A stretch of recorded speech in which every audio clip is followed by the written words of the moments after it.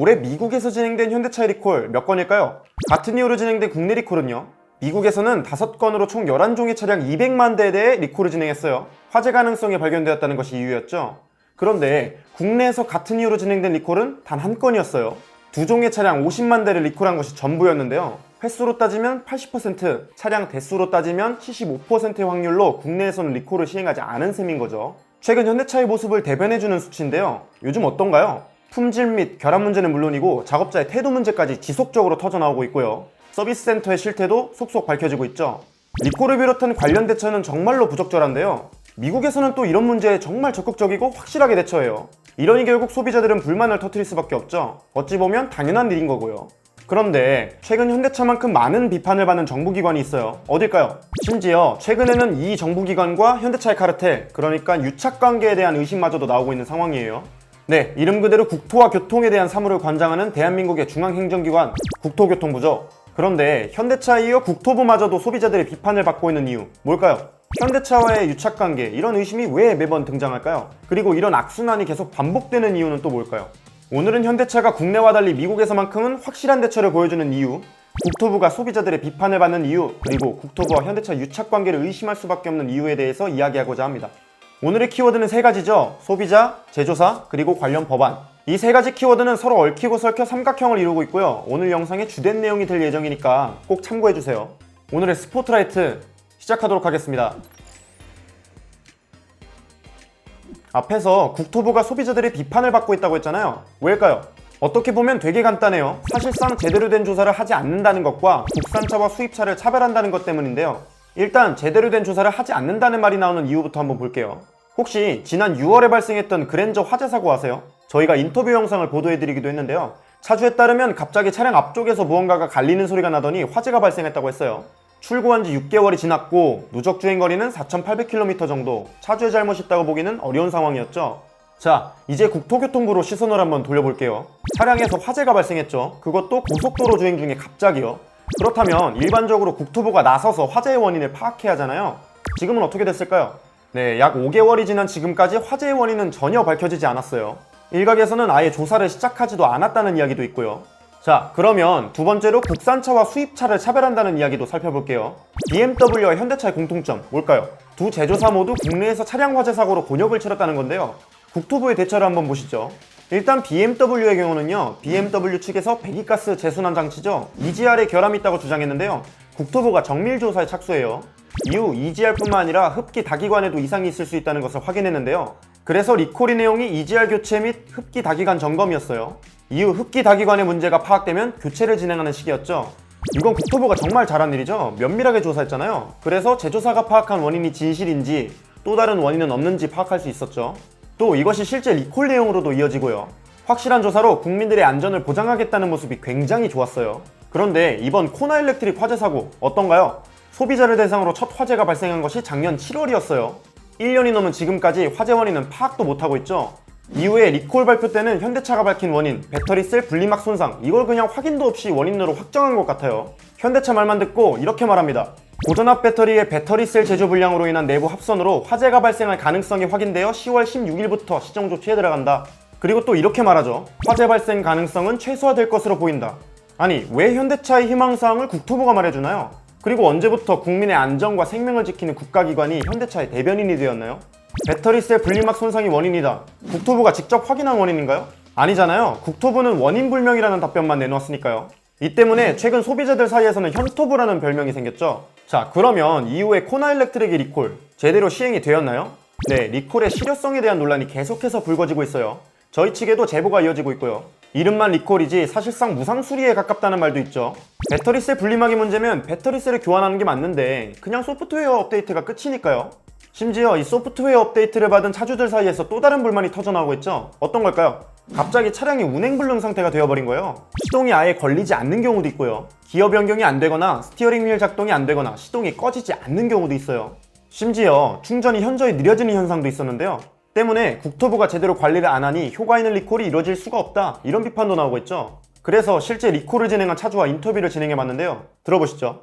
지금 현재 어떻게 해놨냐면 리콜을 요번에 하면서 소프트웨어적으로만 업데이트를 해서 배터리가 문제가 생기면 차량 자체에 시동이 안 걸리게 만들어 버린 것 같아요. 그러다 보니까 하루에 지금 보니까 보통 한 5대에서 6대, 그 다음에 제 아시는 분들도 리콜돼서 시동이 안 걸리니까 아예 자동차가 움직이지를 못하게 되거든요. 그래서 이제 실어서 제 사업소로 들어가 보니까 앞에 벌써 10대 이상 차들이 벌써 대기를 하고 있으니까 이거는 진짜 문제가 심각한 거거든요, 사실은. 아예 움직이지도 못하고 이렇게 된다는 건 이게 말이 안 되지 않습니까? 그러니까 리콜을 했으면 리콜 내용을 정확하게 알려줘야 되는데 리콜 내용에서는 그냥 LG 배터리가 문제다 요것만 가지고 저희에게 말했고 나머지 그 거리가 줄어든다든지 아니면 충전할 때 시간이 늘어난다든지 이런 데 대해서는 고지를 하지 않았었는데 실제로 저희가 사용을 해보니까 충전하는데 충전 시간이 더 오래 걸린단 말이죠. 네, 여기까지가 소비자들이 국토부를 비판하고 나선 이유인데요. 이제는 더 깊게 들어가서요. 국토부와 현대차 유착관계, 이런 의심이 지속적으로 나오는 이유에 대해서 한번 살펴볼게요. 국토부에서 차량 리콜을 결정하는 과정 어떨까요? 일단 소비자들로부터 결함 신고가 접수되거나 결함의 가능성이 발견되면요, 국토부가 자동차 안전연구원에 결함조사 지시를 내리고요, 자동차 안전연구원이 결함조사에 착수하죠. 이 과정에서 민관 합동조사단이 조사를 함께하는 경우도 있고요. 그 이후에 조사 결과가 나오면 또 다른 전문가들에게 자문을 구하는데요, 이들이 바로 리콜 심평위로 불리는 자동차 제작 결함 심사평가위원회예요. 이 심평위들은요, 대부분 자동차 전문가로서 대학교 자동차공학과 교수들이에요. 그리고 굉장한 힘을 가지고 있죠. 어떤 느낌이냐면요, 자동차 안전연구원이 강제 리콜 판정을 내려도 심평위가 이거 괜찮다 이렇게 말하면 강제 리콜 진행이 어려워요. 그런데 문제는 여기서 등장하죠. 만약에 심평위가 제조사들로부터 해외 연수를 제공받고요, 자녀가 제조사 계열사에 취업한 상황이라면 어떨까요? 공정성에 상당한 문제가 생기겠죠. 그런데 실제로 이런 일이 비일비재하다는 거예요. 2011년에 그랜저 HG가 배출가스 유입 논란에 휘말렸었죠. 그래서 자동차 안전연구원이 조사에 착수해요. 그리고 배출가스가 유입된다는 사실을 확인했는데요, 차량 내부에서 최대 36.7ppm의 일산화탄소가 검출됐고요, 트렁크에서는 최대 74ppm의 일산화탄소가 검출됐죠. 이후 자동차 안전연구원은 의학 전문가들에게 자문을 구하는데요, 일산화탄소가 인체에 얼마나 유독한지를 파악하기 위해서였죠. 그리고 전문가들은 이렇게 말해요. 차량 내 일산화탄소는 신경학적 이상이나 중독을 일으켜 운전자 및 동승자 안전에 큰 영향을 미칠 수 있다. 그렇다면 그랜저 HG를 리콜해야 한다는 이유가 충분해진 거잖아요. 그런데 당시 그랜저 HG에 대한 조치는 무상수리에 그쳤어요. 왜일까요? 심평위가 무상수리로 충분하다 이런 결과를 내놓은 거예요.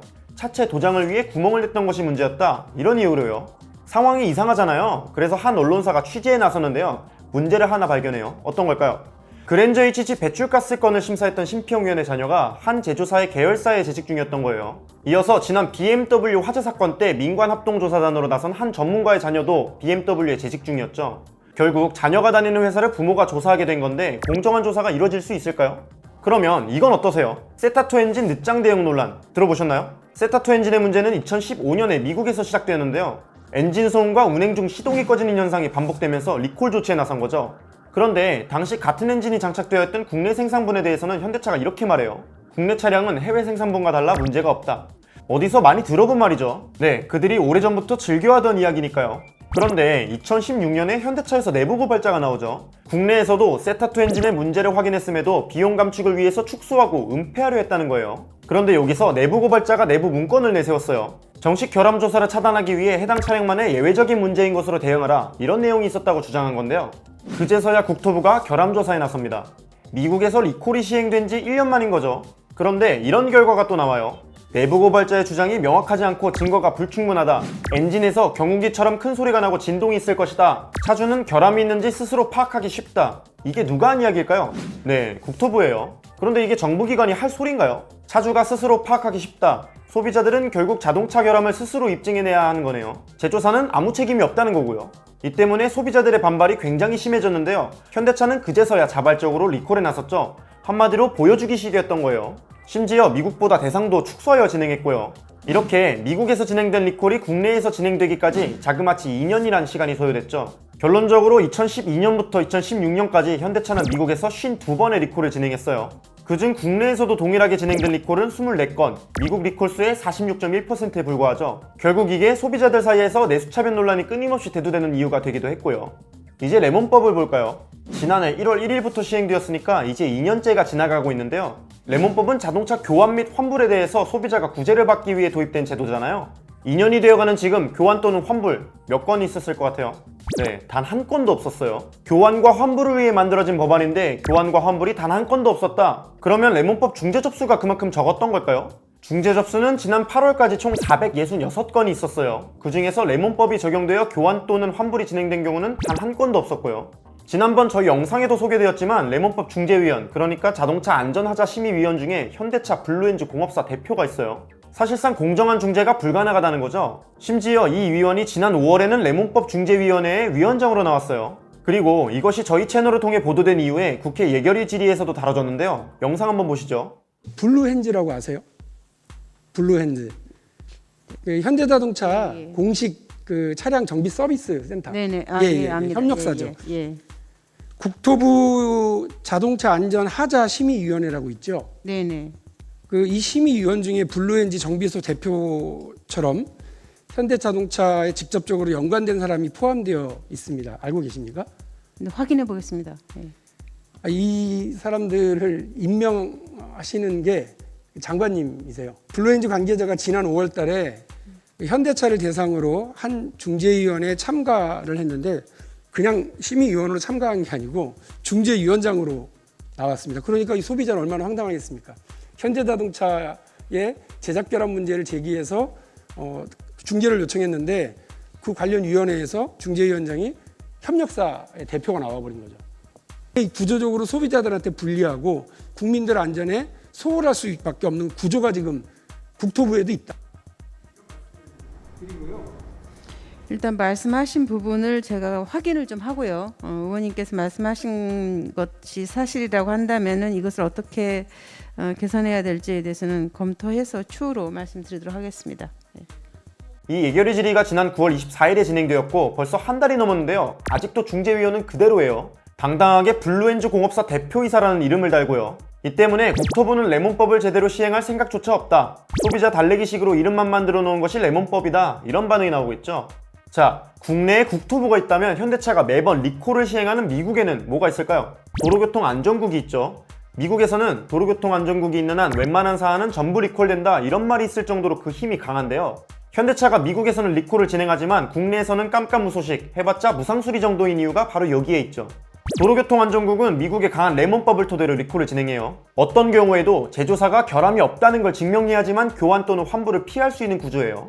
국내는 반대죠. 국내에서는 소비자가 결함이 있다는 걸 증명해야 하는 구조니까요. 심지어 미국의 레몬법은 법적인 강제성이 있는 반면 국내 레몬법은 단순 권고사항이에요. 제조사는 이를 지켜도 그만, 안 지켜도 그만인 거죠. 그래서 아직도 다찌, 지프, 마세라티, 크라이슬러 등은 이를 지키지 않고 있고요. 그 앞에서 미국에서 진행된 리콜이 국내에서도 진행된 경우가 거의 없다고 했잖아요. 그러면 반대는 어떨까요? 국내에서 진행된 리콜이 미국에서도 진행된 경우요. 이번 코나 일렉트릭 리콜 사태만 봐도 쉽게 알 수 있는데요. 미국에서는 화재 사고가 단 한 건도 일어나지 않았잖아요. 그런데도 국내 리콜이 진행된 지 3일 만에 미국에서도 자발적인 리콜에 나섰어요. 이러니 소비자들로부터 내수 차별에 대한 불만이 끊임없이 나오는 거겠죠. 국내에서는 결함 숨기기에 급급한 현대차가 미국에서는 오히려 적극적으로 리콜에 나서니까요. 그런데 이런 현상이 계속 반복되는 이유 뭘까요? 정답은 앞서 말씀드렸던 오늘 영상 3개의 키워드에 있죠. 소비자, 제조사, 관련 법안. 일단 소비자들의 관심이 부족한 상황이잖아요. 내 차는 멀쩡한데 왜 호들갑이냐? 뽑기만 잘하면 된다. 이런 소비자들이 있는가 하면 아예 관심조차 없는 소비자들이 대부분이니까요. 그렇다 보니 관련 법안은 바뀔 필요가 없겠죠. 소비자들이 관심을 갖지 않으니 그냥 내버려두면 되니까요. 관련 법안이 바뀌지 않고 빈tum투성이로 남으니 제조사는 어떨까요? 네, 지금처럼 이익만 추구하면 되는 거죠. 그러니 결국 이런 악순환이 계속되고 있는 건데요. 소비자들이 관심을 가지지 않으니 관련 법안은 바뀌지 않고 관련 법안이 바뀌지 않으니 제조사도 그대로인 거죠. 결국 이 세 가지 요인이 마치 삼각형처럼 이어져 악순환을 이어가고 있는 셈이에요. 그렇다면 이 악순환을 끊는 가장 좋은 방법 뭘까요? 삼각형을 이루고 있는 세 요인 중 하나만 변화하더라도 이 삼각형은 무너지게 되죠. 제조사의 경우는 최근 품질 경영을 선언했지만요. 이건 10년 전부터 선대 회장이 꾸준히 주장해왔음에도 이뤄지지 않았던 거라서 별로 믿음이 안 가는 게 사실이에요.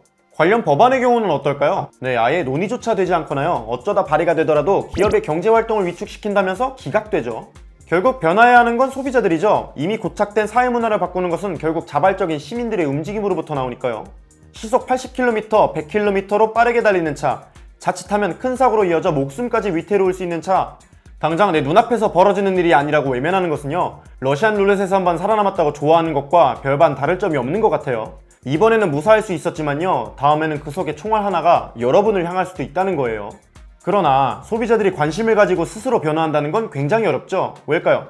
정보가 부족하기 때문인데요. 소비자 스스로 정보를 얻기가 쉽지 않은 게 현실이니까요. 이는 결국 소비자들 편에 서려는 언론사 또는 미디어 업체가 필요한 이유가 되겠죠. 이런 언론사와 미디어 업체가 소비자들에게 양질의 정보를 전달할 때 소비자는 더 많은 관심을 가질 것이고 비로소 변화를 이끌 수 있을 테니까요. 이는 저희 오토포스트가 여러분들께 다소 불편한 진실, 비판적인 내용을 꾸준히 전해드리는 이유가 되기도 하는데요. 현대차 홍보실에서 연락이 오고 외부의 압력이 지속적으로 들어오더라도, 심지어는 같은 소비자들로부터 현대차를 까지 않고서는 살아남을 수 없는 채널이라는 소리가 들려와도 저희가 계속해서 나아가는 이유가 바로 여기에 있죠. 네, 저희는 계속 양질의 정보를 전달하기 위해 노력하겠습니다. 여러분은 변화를 이끌어주세요. 올바른 방향으로요.